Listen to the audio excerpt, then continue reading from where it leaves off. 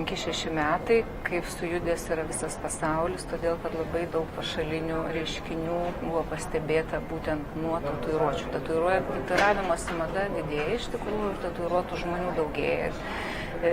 Tai būtų viskas gerai, jeigu būtų galvojama tuo metu apie sveikatą.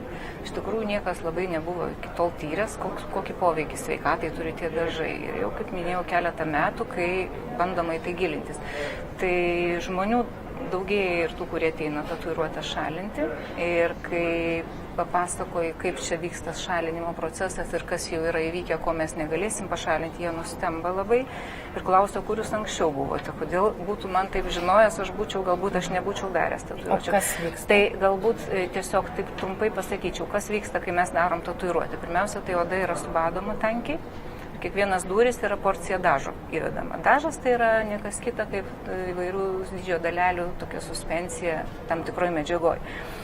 Ir kai turim tokį pažeidimo židinį, kur yra sužeista, sutraumuota oda ir svetimkūnių yra prileista, tai natūralu, kad organizmo atsakas imuninis iš karto formuojasi. Į tą židinį suplūsta imuninės ląstelės, makrofagai, kurios sugeba svetimus agentus kažkokius fagocituoti ir transportuoja į limfmazgius.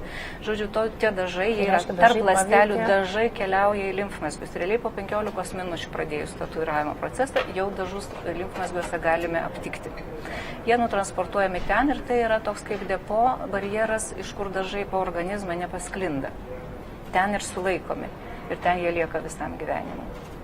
Ir koks yra kenksmingumas organizmui? Tai vat, kalbant apie kenksmingumą, niekas nežino sąstato dažo, kurį suleidome. Kokios medžiagos įeina. Daugelis dažų mes sudaryti tie dažai. Labai įvairu. Ir vat, buvo tiesiog, kaip minėjau, prieš tos keletą metų Berlyne didelė konferencija, suvažiavę žmonės, tiesiog jie analizavo įvairiose Europos šalyse naudojamų dažų sudėtį cheminę. Ir paaiškėjo tokių dalykų, kad ten yra sudėtos medžiagos, kurių netgi tept ant odos neleidžia, jos yra uždraustos. Tuo tarpu jos randamos dažuose, ypatingai permanento dažuose.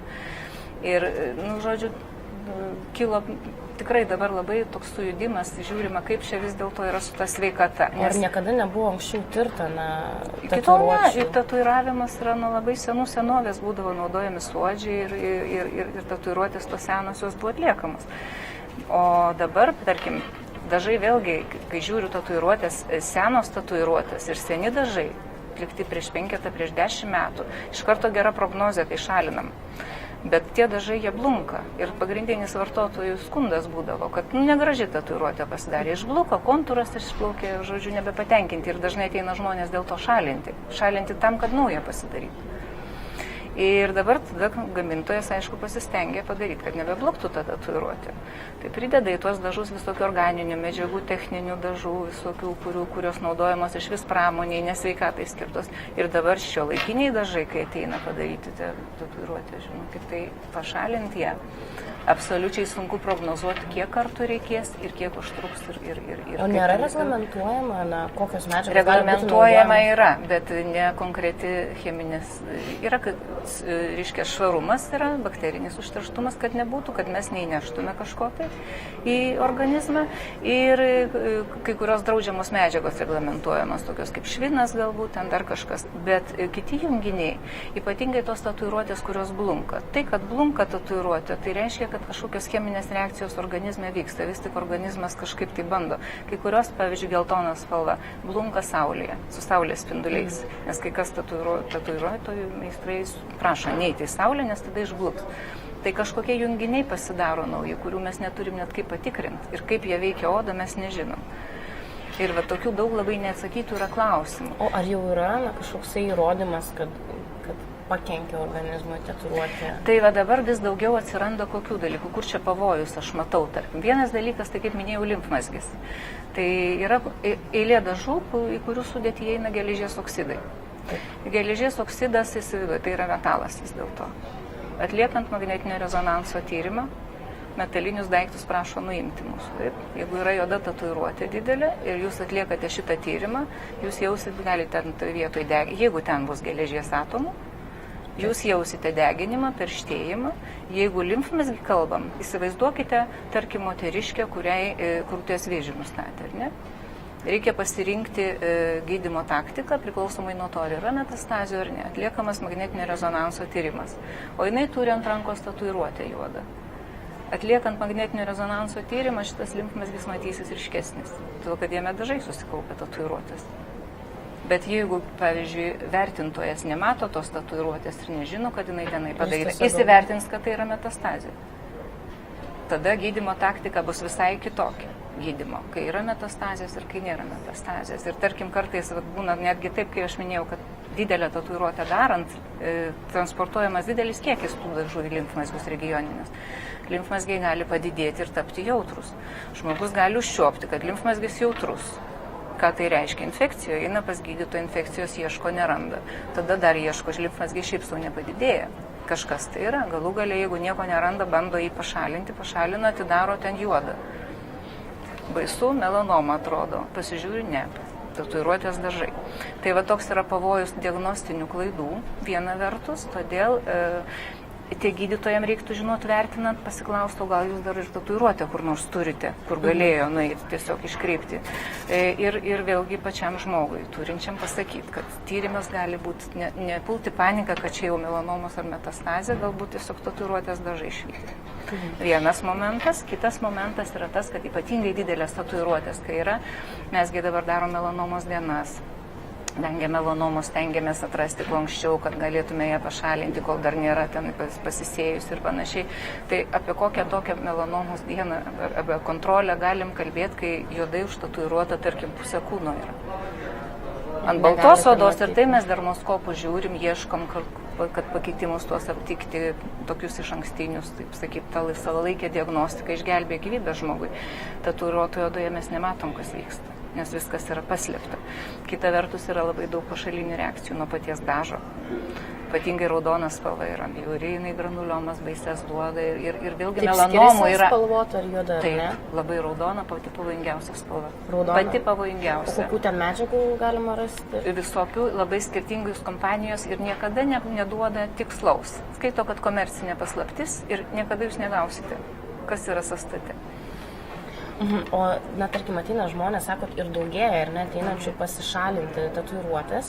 Ir kaip vyksta tas procesas? Ar skiriasi, ar priklauso nuo to šalinimas, nuo to, kokia tatuiruotė yra? Labai skiriasi. Ir kai mes atsakau, geri tokie ženklai yra tokie, kad tatuiruotė sena, iškart reiškia mažiau procedūrų reikės. Seni dažai naudoti, taip pat gerai. Ir nespalvota. Mažiau agresyvus, aš kaip suprantu. Seni dažai, jie neturi tų plastikinių visokių priedų, kurie stabilumą užtikrina. Dalelių dydis dar labai svarbu. Kuo mažesnės dalelės, tuo lengviau jas yra pašalinti, vėlgi su tam tikra riba, nes žmonėm nedaryti šitie tyrimai, bet su žiurkėm buvo daryta, kad jeigu dalelės mažesnės negu 100 nanometrų, jos kraujagyslių barjerą praeina ir jos gali po kūną pasklisti. Tai tatuiruojantis vėlgi, mes nieko nežinom.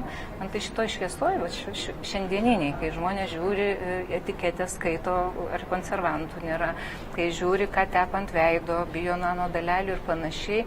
Ir ne tai, kad netgi tai, kad tepti ant odos neleidžia. Jie susileidžia į organizmą ir palieka ten visam gyvenimui, nes iš limfmazgių pašalinti neįmanoma, tik su visų limfmazgių. Kita vertus, kai mes šalinam tatuiruotę, lygiai tas pats vyksta. Nes tie dažai, kurių realiai ta transportacija į limfmazgius trunka apie mėnesį. Po mėnesio šitas procesas baigėsi, oda sugyja. Ir tas dažas, kuris liko tatuiruotės vietoje, jį uždaro tie patys fibroblastai, kurie ir hialuroną, ir kolageną gamina, tai yra ląstelė tokia daug funkcijų labai atliekanti. Jinai ir fagocituot gali svetimus. Aišku, jinai ne po vieną dalelę sugaudo, jinai sugaudo jų daugiau ir jinai yra juoda, tas fibroblastas tampas juodas ir jisai jau, fibroblastas realiai gali būti, kad gyvena tiek, kiek žmogus gyvena. Ir kadangi fibroblastai niekur nemigruoja, tai tas dažas jau lieka vietoje. Ir kai mes šalinam tatuiruotę, mes šviesa susigeria į tą pigmentą ir ląstelė, aišku, ta žūsta fibroblastas ir vėl tie dažai atsiduria kaip ir po tatuiruotės padarimo tarp ląstelių. Ir vėl užsisuka tas pats procesas, vėl fagocitai, vėl rima ir vėl transportuoja į limfmazgius, tuos pačius, kur jau yra dažas. Kitaip Tai iš sakant, esmės mes jinai kartuojam nėra iš organizmo, panaikinama. mes nešalinam pigmento, mes jį pašalinam iš odos. Iš Iš odos jisai matomos išnyks, bet jis bus nukeltas į kitą vietą. Ir lygiai taip pat fibroblastai vėlgi tas pats, kas liko, kiti fibroblastai jau vėl jas užrakina, bet jau jie bus gilesniam sluoksnyje. Ir buvo netgi biopsijos imtos, kai tatuiruotė jau pašalinta iš tų audinių, reiškia. Odoje nesimato nieko. Tai buvo fibroblastai atrasti riebaliniam audiniai su dažais nukeliavę žemyn. Prasme, jie vis slepiasi gilin, jie niekur nemigruoja, bet jie ten lieka ir pasislėpia, o kiti dažai nukeliauja į limfmazgį. Organizme jie vis tiek lieka. Tai kai mažutė tatuiruotė tiek bėdos, bet kai ateina žmogus pusę kūno tatuiruotą, tai klausimas kyla, ar jisai tikrai tą informaciją turėjo. Ir būtent dėl šitos priežasties dabar pradėta taikyti antras lazeris šalinimui tatuiruotės. Ne tik tas, kuris, kaip minėjau, turi poveikį pigmentui, bet po to yra daroma procedūra tęsiama frakciniu lazeriu.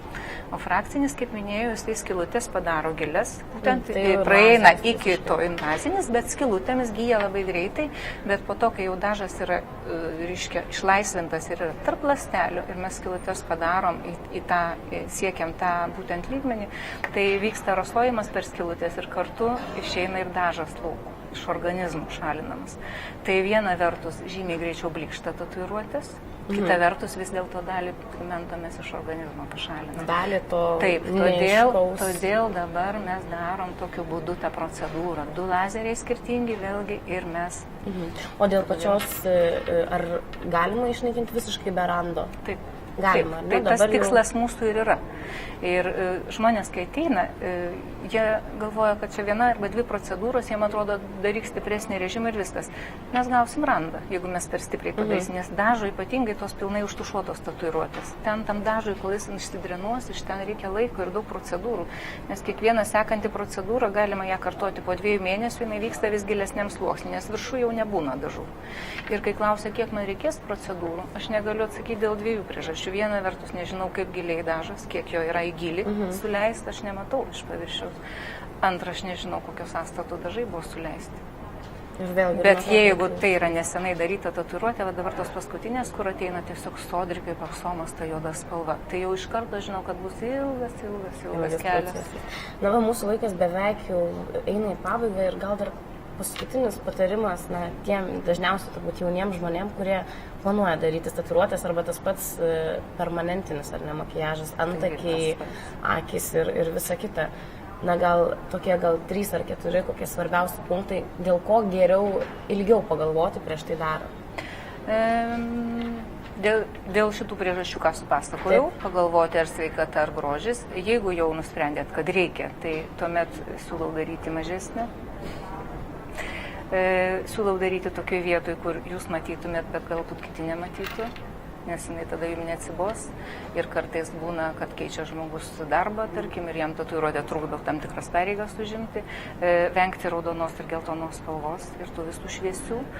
Ir kai kalbam apie permanentą, ko irgi labai ir sunkiausia yra pašalinti permanentinius visokius dalykus, labai pagalvoti, kad prieš darant apspręsti, apkalbėti formas, spalvas ir su spalvom reikia žinoti, kad tai, ką jūs matote mėginio metu, tai dar nereiškia, kad po mėnesių bus ta pati spalva, nes organizmas kovoja su svetimkūniais.